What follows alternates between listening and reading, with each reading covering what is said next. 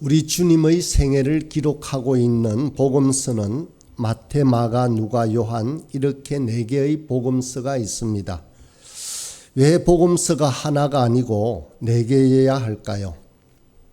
물론 작가가 다르기 때문에 그렇지만 그렇게 성경에 채택되어진 것은 주님의 사역과 삶 자체가 아주 다양한 앵글로 조명되어야 될 만큼 풍성한 메시지를 담고 있기 때문에 그렇습니다. 갈라디아서도 마찬가지입니다. 그리 길지 않는 편지이지만 다양한 앵글로 우리에게 가르치고 있습니다. 이번 장에서는 복음을 또 다른 형태로 표현하고 있습니다. 바로 약속과 유업이라는 형태입니다. 하나님께서는 우리에게 구원을 주실 때 오랫동안 약속의 형태로 주셨습니다.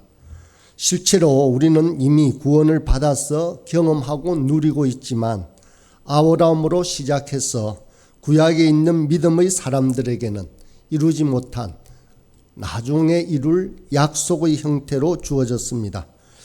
우리는 갈라디아서를 가지고 다양한 앵글로 복음을 살펴보고 있는 중입니다. 그런데 왜 우리가 복음을 거듭 생각하고 묵상해야 할까요? 복음은 우리의 본성을 상당히 거스르기 때문입니다. 간혹 어떤 분들은 복음을 감격적으로 믿기도 합니다. 하지만 대부분의 사람들은 그렇지 않습니다. 우리는 모든 사고의 구조가 자기중심적입니다. 그래서 공로, 자격, 조건을 소중하게 생각하는 사람들입니다. 이런 것들은 내가 남보다 낫고 훌륭하다고 생각하게끔 만듭니다. 그래서 우리는 끊임없이 어떤 율법을 지키고 고행을 하고 금욕적 삶을 살면서 종교적 열심으로 거짓된 안정감을 누리고 싶어 합니다. 그래서 사람들이 어지간히 신앙생활을 하는데도 아름답지가 않습니다. 그것은 우리의 공로주의로 신앙생활을 하기 때문에 참된 열매를 맺지 못하는 것입니다. 신앙의 연수가 오래됐어도 마찬가지입니다. 그런 면에서 복음을 바르게 아는 것이 중요합니다. 앞서 우리는 사람이 믿음으로만 하나님 앞에 어렵게 되는 복음을 성경에 근거해서 살펴보았습니다. 오늘 본문은 성경의 교훈뿐만 아니라 일반 상식을 가지고 사람의 예대로 진리를 강조하고 있습니다. 15절을 다시 보겠습니다. 형제들아, 내가 사람의 예대로 말하노니 사람의 언약이라도 정한 후에는 아무도 패하거나 더하거나 하지 못하니라 라고 말씀합니다. 일반 상식선에서 얘기를 하고 있습니다. 사람의 언약이라도 라고 했습니다. 여기서 언약은 유언이나 혹은 계약을 말합니다. 유언이나 중요한 계약은 공정을 받습니다.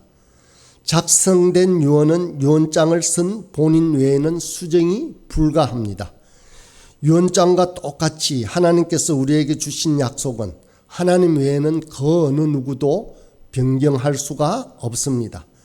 그리고 하나님은 더더욱이나 고칠 이유가 없습니다. 왜냐하면 하나님은 실수하지 않기 때문입니다. 하나님께서 약속을 주시면 그 약속은 참된 것입니다. 사람의 유언도 아무나 고칠 수가 없는데 하물며 하나님의 약속을 고칠 수가 있겠습니까? 17절을 보겠습니다. 내가 이것을 말하노니 하나님께서 미리 정하신 언약을 430년 후에 생긴 율법이 폐기하지 못하고 그 약속을 헛되게 하지 못하리라. 하나님 주신 약속을 430년 후에 생긴 율법이 폐기하겠느냐라고 말하고 있습니다. 하나님이 어떤 약속을 주셨습니까? 바로 믿음으로 어렵다 함을 받는 귀한 약속을 주셨습니다. 이것을 430년 후에 생긴 율법이 폐기할 수 없다라는 것입니다. 16절에 이어서 이렇게 말씀하십니다. 이 약속들은 아브라함과 그 자손에게 말씀하신 것인데 여럿을 가르쳐 그 자손들이라 하지 아니하시고 오직 한 사람을 가르쳐 내 자손이라 하셨으니 곧 그리스도라. 이 약속을 아브라함에게 주셨습니다. 창세기 12장 15장에서 아브라함에게 약속을 주셨습니다. 그런데 하나님이 그 약속을 주실 때 아브라함에게만 주신 것이 아니라 내 자손에게 주신다라고 말씀하십니다. 바로 한 인물을 가리키십니다. 바로 오실 예수님을 가리키는 것입니다. 믿음으로 어렵다 하심을 받은 귀한 은혜의 약속을 아브라함에게 주시고 곧 그리스도에게 주시고 또 그리스도 안에서 우리 모두에게 주신 것입니다. 하나님은 아브라함에게 약속을 주시면서 이미 그리스도를 바라보셨습니다. 그리고 그리스도 안에 있는 우리까지 바라보신 그 영원한 약속으로 하나님의 약속은 절대로 패하거나 더해질 수가 없습니다. 그런데 하나님은 이 약속을 주시면서 이 약속과 함께 하나를 더 주셨습니다. 이 부분이 18절에 나옵니다. 만일 그 유업이 율법에서 난 것이면 약속에서 난 것이 아니리라. 그러나 하나님이 약속으로 말미암아 아브라함에게 주신 것이라. 여기 유업이라는 말이 나옵니다. 약속과 함께 주신 것입니다. 유업이라는 말은 우리가 통상적으로 사용하는 말은 바로 유산이라는 말입니다. 상속이라는 말입니다. 하나님은 구원받은 백성에게 상속 또한 또 유업을 주십니다. 하나님의 약속 안에는 바로 이 유업도 포함되어 있는 것입니다. 하나님께서 주시는 유업이 무엇입니까? 구약에서는 가나안 땅이라고 설명하고 있습니다. 가나안 땅, 즉 우리에게는 천국, 하나님 나라를 말하는 것입니다. 그러나 또 있습니다. 유업으로 가나안 땅을 약속해 주실 때 가나안 땅에 있는 그 풍요로움을 우리에게 주신다라고 하십니다. 가나안 정탐꾼들이 큰 포도송이와 무화과 열매를 가지고 온 것을 기억하시죠? 가나안의 풍요와 부요가 약속 안에 들어 있습니다. 우리는 예수를 믿어서 구원받고 천국에 가는 것에 그치는 것이 아니라 이 땅에서 살아가는 풍요와 부요를 누리고 경험할 수가 있습니다. 그런데 대부분의 사람들은 돈을 많이 버는 것이 부요와 풍요라고 생각합니다. 또 어떤 사람들은 병이 들면 반드시 나아야 되고 자녀도 반드시 좋은 대학에 들어가고 또 그 자녀가 좋은 직장을 얻어 시집장가 잘 가는 것이 부요와 풍요라고 생각합니다. 물론 그런 부분도 일면 있습니다. 그렇게 인도하십니다. 완전히 틀렸다고 말할 수는 없습니다. 그러나 우리가 주님을 믿고 기도할 때 우리의 질병이 낫기도 합니다. 많은 재물을 주십니다. 틀림없이 그런 요소가 있지만 그것은 아주 작은 부분에 불과합니다. 주님이 우리에게 주시는 풍요는 이 모든 것들을 능가하는 것들입니다.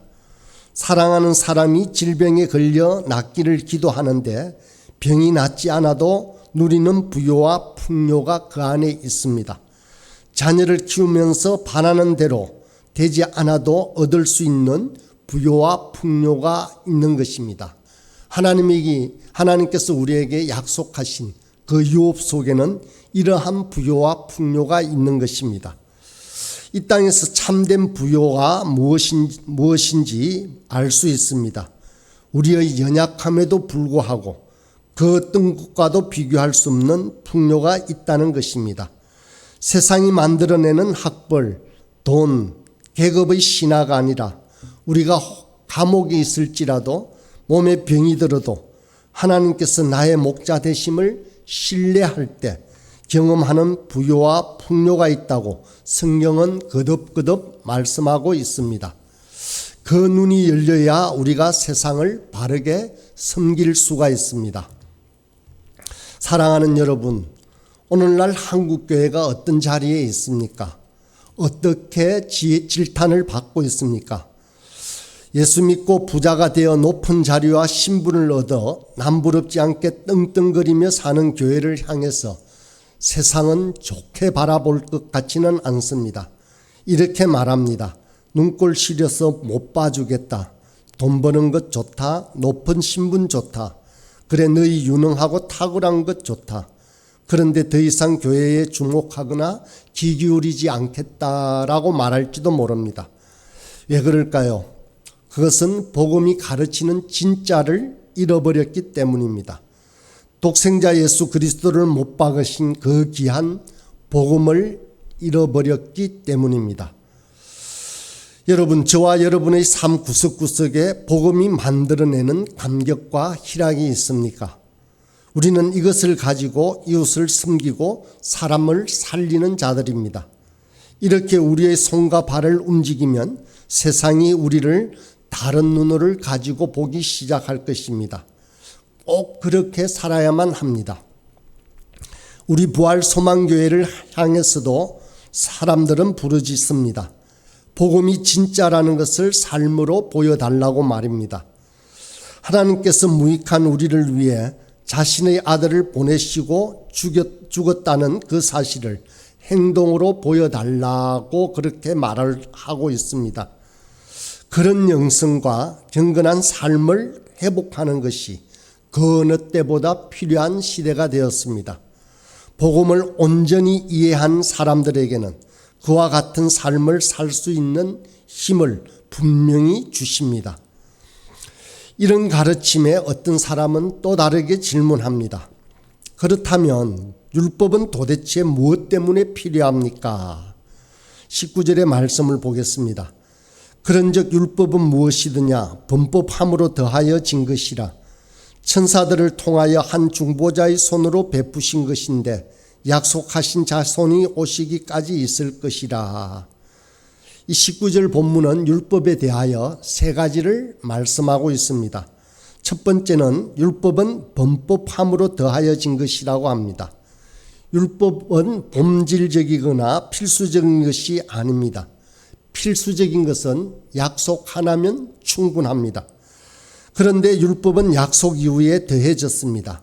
율법은 추가된 것이라고 하는 것입니다. 두 번째, 율법은 천사들을 통해서 한 중보자의 손으로 베푸신 것입니다. 약속은 하나님께서 아브라함에게 직접 주신 약속입니다. 그런데 율법은 천사를 통해서 모세의 손을 빌려서 몇 단계를 거쳐 주신 것입니다. 직접 주신 언약과 여러 단계를 거친 율법, 어떤 것이 더 고귀하고 귀하겠습니까? 당연히 언약입니다. 그것이 더 우선적이고 고귀한 것입니다. 20절에 보면 그 중보자는 한 편만 위한 자가 아니라 하나님은 한 분이시니라. 20절 해석을 놓고 많은 논란이 있습니다. 한 200가지가 넘는 해석이 있다고 할 만큼 복잡합니다. 그러나 본문이 강조하는 것은 분명히 있습니다.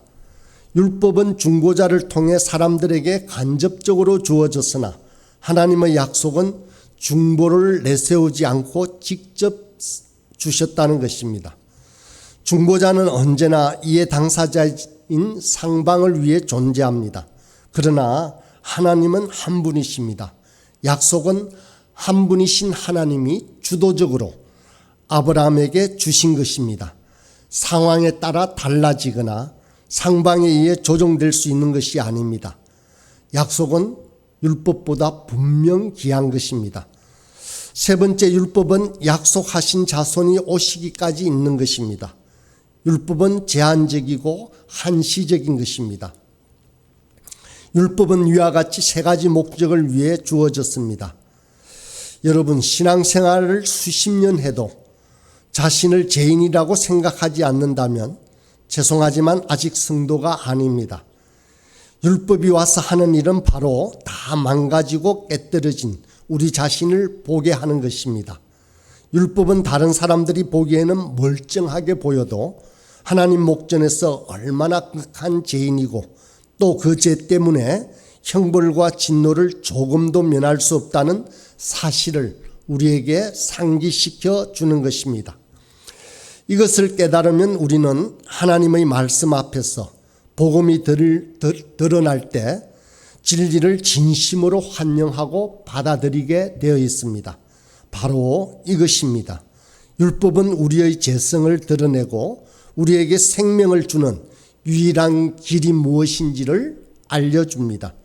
율법은 제 안에 갇혀 있는 우리를 꺼내어 복음을 기뻐하고 그래서 구주를 바르게 믿도록 하기 위해 우리에게 주신 것입니다.